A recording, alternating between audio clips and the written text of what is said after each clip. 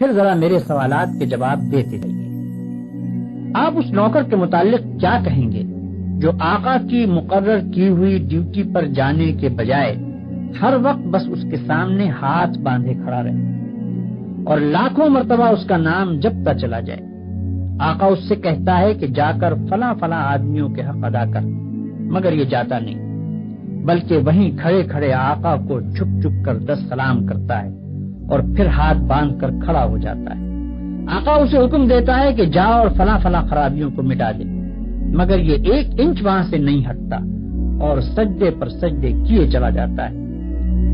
آقا حکم دیتا ہے کہ چور کا ہاتھ کاٹ دے، یہ حکم سن کر بس وہیں کھڑے کھڑے نہایت خوش الہانی کے ساتھ چور کا ہاتھ کاٹ دے، چور کا ہاتھ کاٹ دے 20 مرتبہ پڑھتا رہتا ہے، مگر ایک دفعہ بھی اس نظام حکومت کے قیام کی کوشش نہیں کرتا جس میں چور کا ہاتھ کاٹا جا سکے۔ کیا آپ کہہ سکتے ہیں کہ یہ شخص حقیقت میں آقا کی بندگی کر رہا ہے؟ اگر آپ کا کوئی ملازم یہ رویہ اختیار کرے تو میں نہیں جانتا ہوں کہ آپ اسے کیا کہیں گے، مگر حیرت ہے آپ پر کہ خدا کا جو نوکر ایسا کرتا ہے آپ اسے بڑا عبادت گزار کہتے ہیں۔ یہ ظالم صبح سے شام تک خدا جانے کتنی مرتبہ قرآن شریف میں خدا کے احکام پڑھتا ہے، مگر ان احکام کو بجا لانے کے لیے اپنی جگہ سے جنبش تک نہیں کرتا، بلکہ نفل پر نفل پڑھے جاتا ہے، 1000 دانہ تسبیح پر خدا کا نام جپتا ہے اور خوش الہانی کے ساتھ قرآن کی تلاوت کرتا رہتا ہے۔ آپ اس کی یہ حرکتیں دیکھتے ہیں اور کہتے ہیں کہ کیسا زاہد عابد بندہ ہے۔ یہ غلط فہمی صرف اس وجہ سے ہے کہ آپ عبادت کا صحیح مطلب نہیں جانتے۔ ایک اور نوکر ہے جو رات دن ڈیوٹی تو غیروں کی انجام دیتا ہے، احکام غیروں کے سنتا اور مانتا ہے، قانون پر غیروں کے عمل کرتا ہے اور اپنے اصلی آقا کے فرمان کی ہر وقت خلاف ورزی کیا کرتا ہے، مگر سلامی کے وقت آقا کے سامنے حاضر ہو جاتا ہے اور زبان سے آقا ہی کا نام جپتا رہتا ہے۔ اگر آپ میں سے کسی شخص کا نوکر یہ طریقہ اختیار کرے تو آپ کیا کریں گے؟ کیا آپ اس کی سلامی کو اس کے منہ پر نہ مار دیں گے؟ جب وہ زبان سے آپ کو آقا اور مالک کہے گا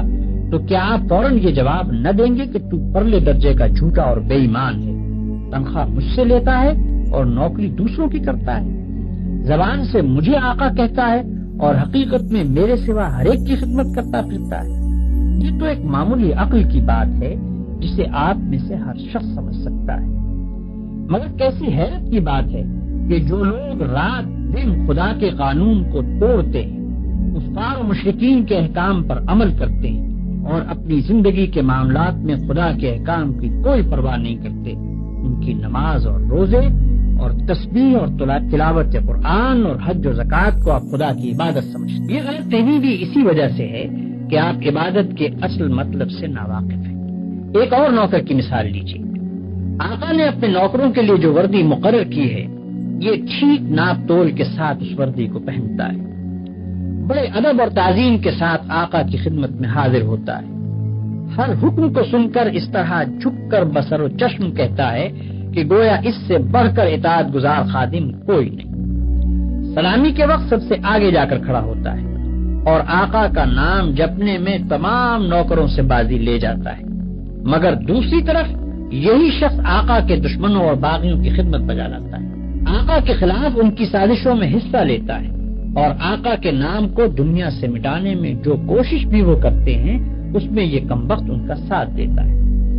رات کے اندھیرے میں تو آقا کے گھر میں نقم لگاتا ہے اور صبح بڑے وفادار ملازموں کی طرح ہاتھ باندھ کر آقا کی خدمت میں حاضر ہو جاتا ہے۔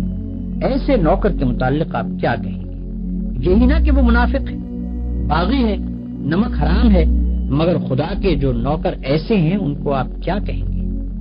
آپ سمجھتے ہیں کہ ہاتھ باندھ کر قبلہ رو کھڑے ہونا، گھٹنوں پر ہاتھ رکھ کر جھکنا، زمین پر ہاتھ ٹیک کر سجدہ کرنا اور چند مقرر الفاظ زبان سے ادا کرنا، بس یہی چند افعال اور حرکات بجائے خود عبادت ہیں؟ آپ سمجھتے ہیں کہ رمضان کی پہلی تاریخ سے شوال کا چاند نکلنے تک روزانہ صبح سے شام تک بھوکے پیاسے رہنے کا نام عبادت ہے؟ آپ سمجھتے ہیں کہ قرآن کے چند رکوع زبان سے پڑھ دینے کا نام عبادت ہے؟ آپ سمجھتے ہیں کہ مکہ معظمہ جا کر کعبے کے گرد طواف کرنے کا نام عبادت ہے؟ غرض آپ نے چند افعال کی ظاہری شکلوں کا نام عبادت رکھ چھوڑا ہے، اور جب کوئی شخص ان شکلوں کے ساتھ ان افعال کو ادا کر دیتا ہے تو آپ خیال کرتے ہیں کہ اس نے خدا کی عبادت کر دی اور اس کی تخلیق کا مقصد پورا ہو گیا، اب وہ اپنی زندگی میں آزاد ہے کہ جو چاہے کرے۔ لیکن اصل حقیقت یہ ہے کہ اللہ نے جس عبادت کے لیے آپ کو پیدا کیا ہے اور جس کا آپ کو حکم دیا ہے وہ کچھ اور ہی چیز ہے۔ وہ عبادت یہ ہے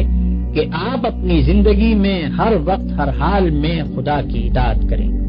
اور ہر اس قانون کی پابندی سے آزاد ہو جائیں جو قانون الہی کے خلاف ہے۔ آپ کی ہر جنبش اس حد کے اندر ہو جو خدا نے آپ کے لیے مقرر کی ہے، آپ کا ہر فعل اس طریقے کے مطابق ہو جو خدا نے بتا دیا ہے۔ اس طرز پر جو زندگی آپ بسر کریں گے وہ پوری کی پوری عبادت ہوگی۔ ایسی زندگی میں آپ کا سونا بھی عبادت ہے اور جاگنا بھی، کھانا بھی عبادت ہے اور پینا بھی، چلنا پھرنا بھی عبادت ہے اور بات کرنا بھی، حتیٰ کہ اپنی بیوی کے پاس جانا اور اپنے بچے کو پیار کرنا بھی عبادت ہے۔ جن کاموں کو آپ بالکل دنیا داری کہتے ہیں وہ سب دینداری اور عبادت ہیں اگر آپ ان کو انجام دینے میں خدا کی مقرر کی ہوئی حدوں کا لحاظ کریں اور زندگی میں ہر ہر قدم پر یہ دیکھ کر چلیں کہ خدا کے نزدیک جائز کیا ہے اور ناجائز کیا، حلال کیا ہے اور حرام کیا، فرض کیا چیز کی گئی ہے اور منع کس چیز سے کیا گیا ہے، کس چیز سے خدا خوش ہوتا ہے اور کس سے ناراض ہوتا ہے۔ مثلاً آپ روزی کمانے کے لیے نکلتے ہیں، اس کام میں بہت سے مواقع ایسے بھی آتے ہیں جن میں حرام کا مال کافی آسانی کے ساتھ آپ کو مل سکتا ہے۔ اگر آپ نے خدا سے ڈر کر وہ مال نہ لیا اور صرف حلال کی روٹی کما کر لائے تو یہ جتنا وقت آپ نے روٹی کمانے پر صرف کیا یہ سب عبادت تھا، اور یہ روٹی گھر لا کر جو آپ نے خود کھائی اور اپنی بیوی بچوں اور خدا کے مقرر کیے ہوئے دوسرے حقداروں کو کھلائی، اس سب پر آپ اجر و ثواب کے مستحق ہو گئے۔ آپ نے اگر راستہ چلنے میں کوئی پتھر یا کانٹا ہٹا دیا اس خیال سے کہ خدا کے بندوں کو تکلیف نہ ہو تو یہ بھی عبادت ہے۔ آپ نے اگر کسی بیمار کی خدمت کی یا کسی اندھے کو راستہ چلایا یا کسی مصیبت زدہ کی مدد کی تو یہ بھی عبادت ہے۔ آپ نے اگر بات چیت کرنے میں جھوٹ سے، غیبت سے، بدگوئی اور دل آزاری سے پرہیز کیا اور خدا سے ڈر کر صرف حق بات کی تو جتنا وقت آپ نے بات چیت میں صرف کیا وہ سب عبادت میں صرف ہوا۔ بس خدا کی اصلی عبادت یہ ہے کہ ہوش سنبھالنے کے بعد سے مرتے دم تک آپ خدا کے قانون پر چلیں اور اس کے احکام کے مطابق زندگی بسر کریں۔ اس عبادت کے لیے کوئی وقت مقرر نہیں ہے، یہ عبادت ہر وقت ہونی چاہیے۔ اس عبادت کی کوئی ایک شکل نہیں ہے، ہر کام اور ہر شکل میں اسی کی عبادت ہونی چاہیے۔ جب آپ یہ نہیں کہہ سکتے کہ میں فلاں وقت خدا کا بندہ ہوں اور فلاں وقت اس کا بندہ نہیں ہوں تو آپ یہ بھی نہیں کہہ سکتے کہ فلاں وقت خدا کی بندگی وہ عبادت کے لیے ہے اور فلاں وقت اس کی بندگی وہ عبادت کے لیے نہیں ہے۔ بھائیوں، آپ کو عبادت کا مطلب معلوم ہو گیا اور یہ بھی معلوم ہو گیا کہ زندگی میں ہر وقت ہر حال میں خدا کی بندگی اور اطاعت کا نام ہی عبادت ہے۔ اب آپ پوچھیں گے کہ یہ نماز، روزہ اور حج وغیرہ کیا چیزیں ہیں؟ اس کا جواب یہ ہے کہ دراصل یہ عبادتیں جو اللہ نے آپ پر فرض کی ہیں ان کا مقصد آپ کو اس بڑی عبادت کے لیے تیار کرنا ہے جو آپ کو زندگی میں ہر وقت ہر حال میں ادا کرنی چاہیے۔ نماز آپ کو دن میں 5 وقت یاد دلاتی ہے کہ تم اللہ کے بندے ہو، اسی کی بندگی تمہیں کرنی چاہیے۔ روزہ سال میں 1 مرتبہ پورے 1 مہینے تک آپ کو اسی بندگی کے لیے تیار کرتا ہے۔ زکوٰۃ آپ کو بار بار توجہ دلاتی ہے کہ یہ مال جو تم نے کمایا ہے یہ خدا کا عطیہ ہے، اس کو صرف اپنے نفس کی خواہشات پر صرف نہ کر دو بلکہ اپنے مالک کا حق ادا کرو۔ حج دل پر خدا کی محبت اور بزرگی کا ایسا نقش بٹھاتا ہے کہ اگر 1 مرتبہ وہ بیٹھ جائے تو تمام عمر اس کا اثر دل سے دور نہیں ہو سکتا۔ ان سب عبادتوں کو ادا کرنے کے بعد اگر آپ اس قابل ہو گئے کہ آپ کی ساری زندگی خدا کی عبادت بن جائے تو بلا شبہ آپ کی نماز نماز ہے اور روزہ روزہ ہے، زکوٰۃ زکوٰۃ ہے اور حج حج ہے۔ لیکن اگر یہ مقصد پورا نہ ہوا